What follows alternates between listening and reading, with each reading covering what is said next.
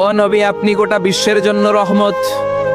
শুধু মানব গোষ্ঠীর জন্য না, শুধু দানব গোষ্ঠীর জন্য না, জিনদের জন্য না, প্রাণীকুলদের জন্য না, শুধু ফেরেশতাদের জন্য না, গোটা বিশ্বের জন্য বিশ্বনবীকে রহমত বানিয়ে পাঠিয়েছে কে? সবার জন্য রহমত। খোশ মেজাজের মানুষ ছিলেন, নরম দিলের মানুষ ছিলেন। ফাবিমা রাহমাতিম মিনাল্লাহি লিনতা লাহুম ওয়ালাউ কুনতা ফাযযান গালিযাল কলবি লানফাদ্দু মিন হাওলিক।